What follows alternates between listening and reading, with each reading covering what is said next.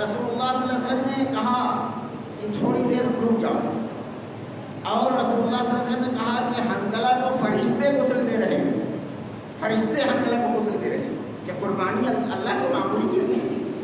ایک رات گزاری ہو جس نے نئی نویلی بیوی کے ساتھ اور فوراً اپنے پورے جذبات کو اللہ کی دین کے لیے قربان کر دیا، وہ چھوٹی موٹی بات. اللہ کے نبی صلی اللہ علیہ وسلم فرماتے ہیں کہ حنظلہ کو فرشتے غسل دے رہے ہیں. صحابہ کرام نے جب دیکھا انہیں جنازہ اٹھانے کے وقت تو ان کے سر کے بالوں سے پانی ٹپک رہا. اگرچہ اس روایت پر کچھ کلام ہے لیکن اس سے کوئی مسائل نہیں میں بیان کر رہا ہوں، ایک آدھ راوی پر کلام ہے اس روایت کے اندر. لیکن یہ حوصلے کہاں سے پیدا ہو گئے تھے؟ تبوک کے موقع پر ایسے حالات ہے کہ آپ صلی اللہ علیہ وسلم نے جب اعلان کیا کہ اللہ کے دین کے لیے کون نکلتا ہے اللہ کے راستے میں، تمام لوگوں نے لبیک کہا، لبیک یا رسول اللہ. اللہ کے نبی میں حاضر ہوں، میں حاضر ہوں.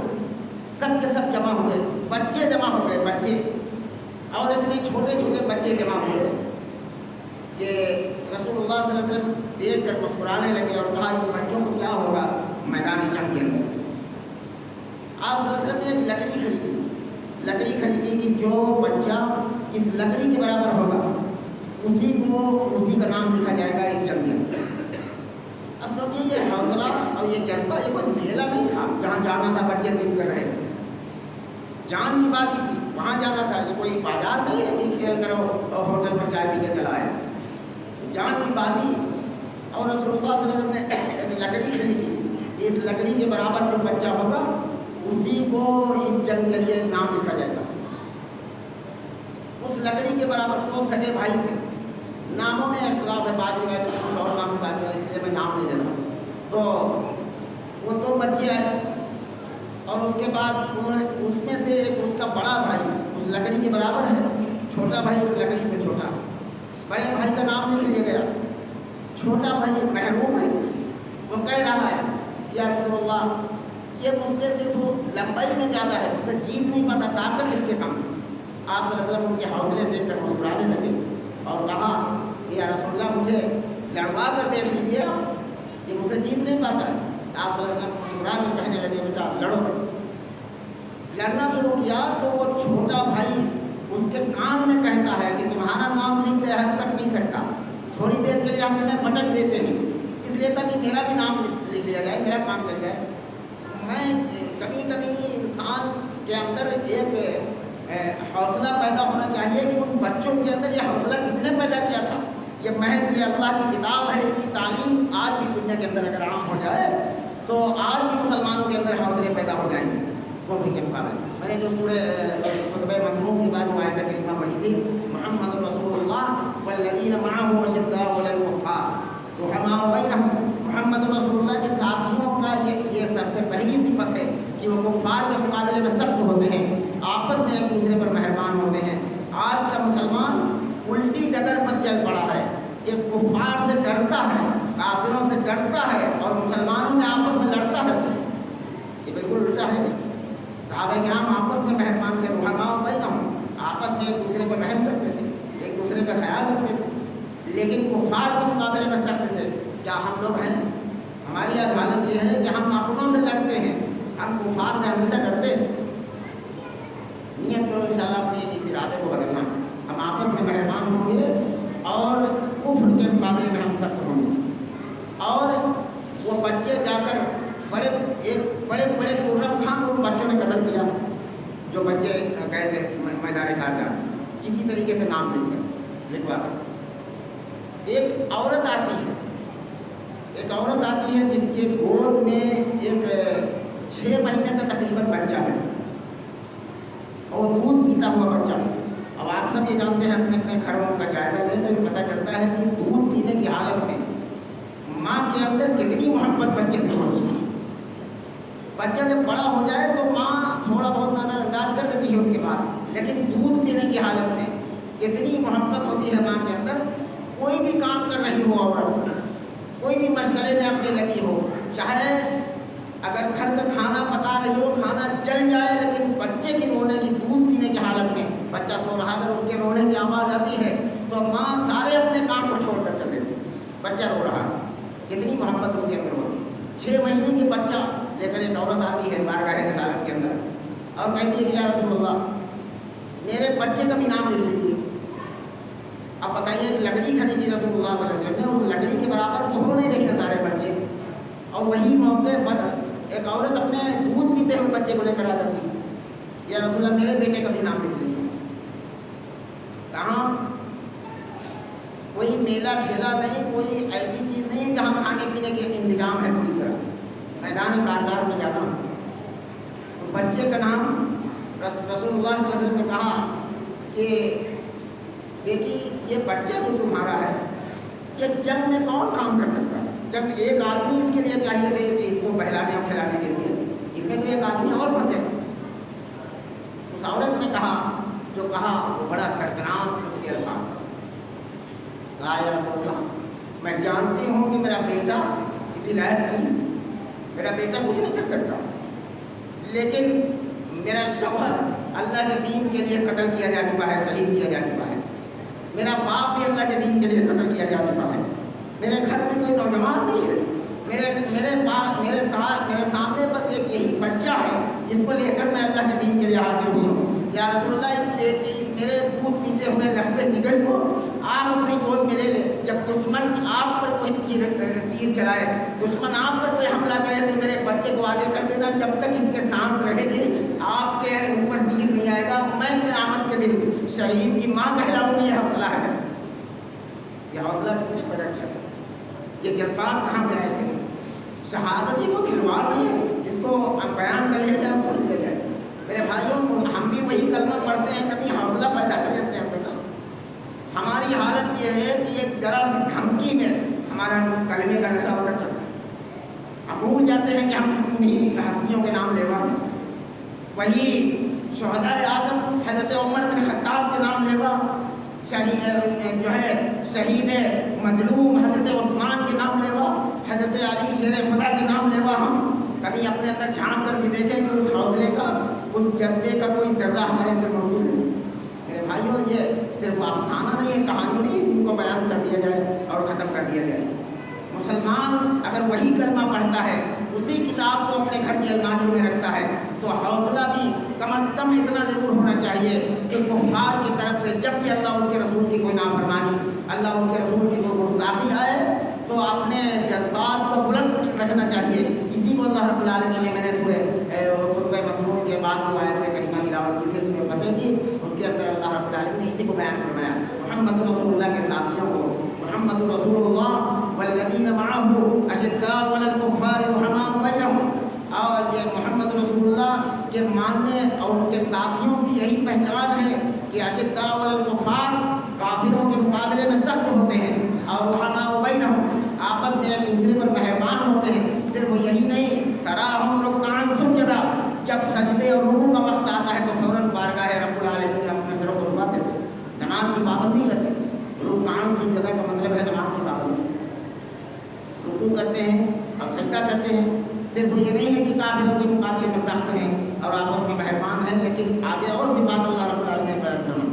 تراہم رکعا سجدا اور یبتغون فضلا من اللہ ورضوانا, کہ جب اللہ کا فضل تلاش کرتے ہیں, روزی تلاش کرتے ہیں, تو اللہ کی رضا میں روزی تلاش کرتے ہیں.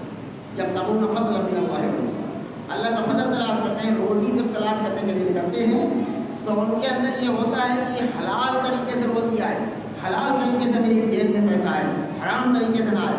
یہ بھی صحابہ کرام کی صفت ہے. سیماہم فی وجوہہم من اثر السجود, اللہ رب العالمین نے فرمایا کہ سجدہ کرنے کے آثار ان کے چہرے پر نمودار ہیں.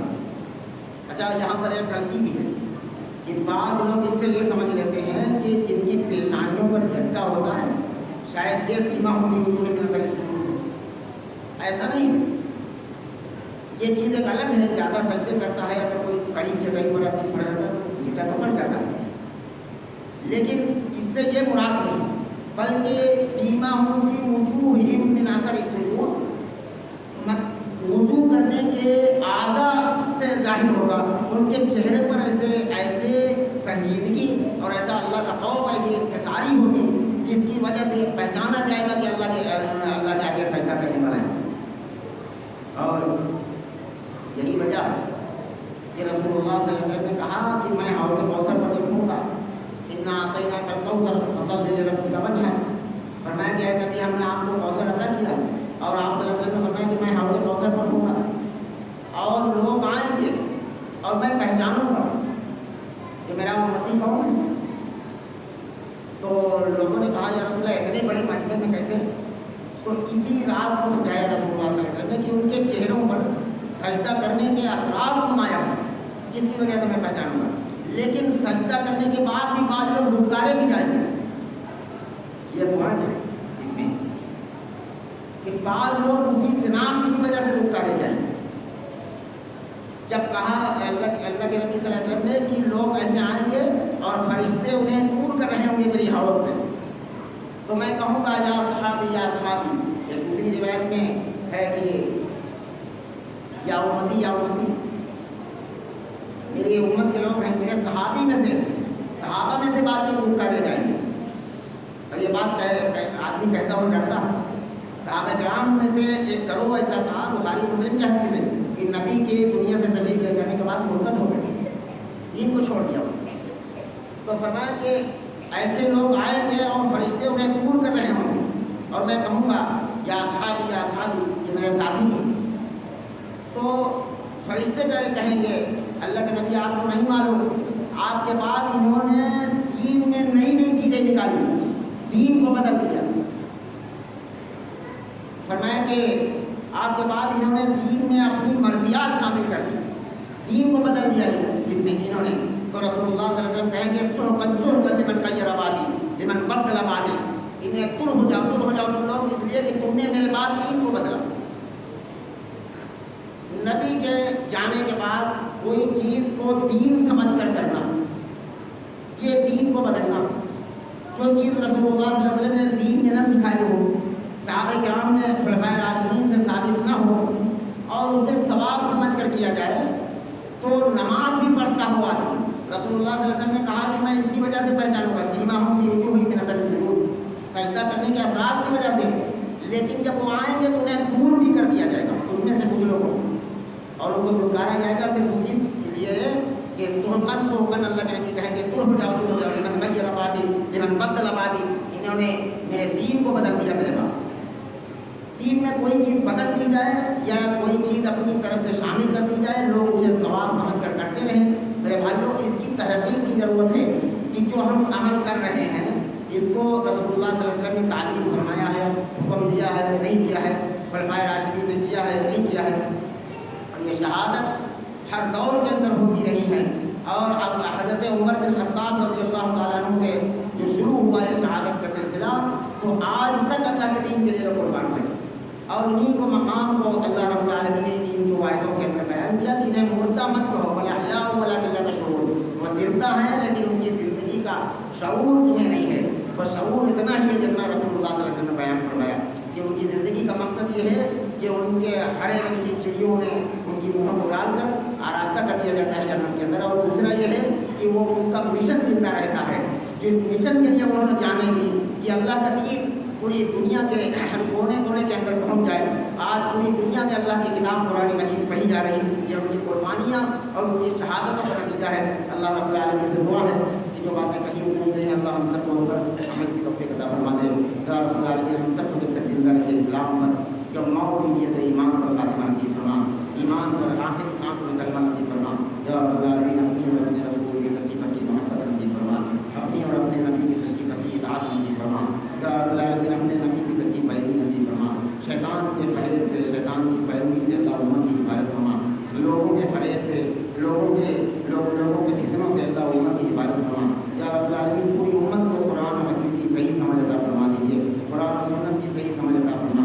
یا رب العالمین تمام طرح کے شرک سے، تمام طرح کی بدعتوں سے پوری امت کی حفاظت فرما. یا رب العالمین اپنی اور اپنے نبی کی سچی پکی اطاعت نصیب فرما دیجیے. یا رب العالمین ہم نے جو اس غیر سے پریشان ہے اللہ سب کی پریشانی کو دور فرما دیجیے. یا رب العالمین جو بیمار ہیں گھروں میں اسپتالوں میں سب کو شفا کو نصیب فرما. یا رب العالمین اپنے کرم سے ہم سب کو حلال روزی اور اس میں برکت عطا فرما دیجیے، اپنے کرم سے قبول فرما لیجیے.